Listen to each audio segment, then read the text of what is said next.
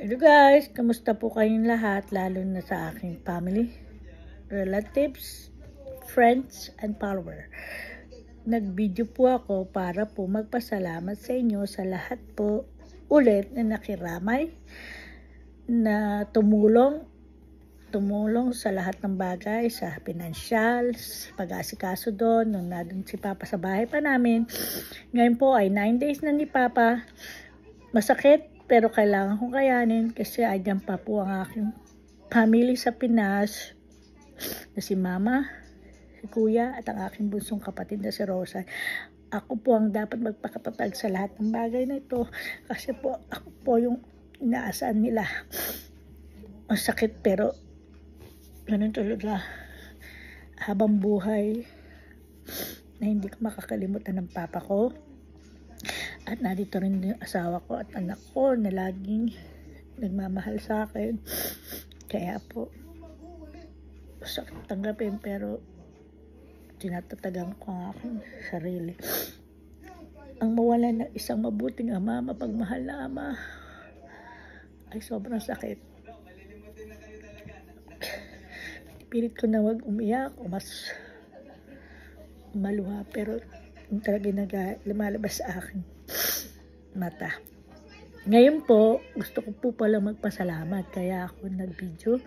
Ngayon, yung nasabi ko dati na nagbibigay ako ng balikbayan box sa aking supporter or followers or friends, ay itutuloy ko na po yon sa next month.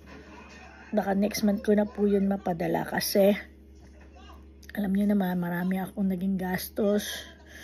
Kaya po ngayon nagpapasalamat ako dahil okay na po lahat ng pinangarap ko para sa ama ko na magandang libing. Nangyari na po. Okay na po lahat.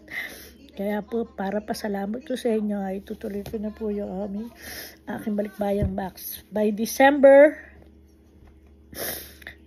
ko na siya mahuhulog kasi busy kami this month. Kasi Thanksgiving, nag-work ang asawa ko, walang magdadala o kuha ng aking balikbayan box. Kaya po, next month na lang.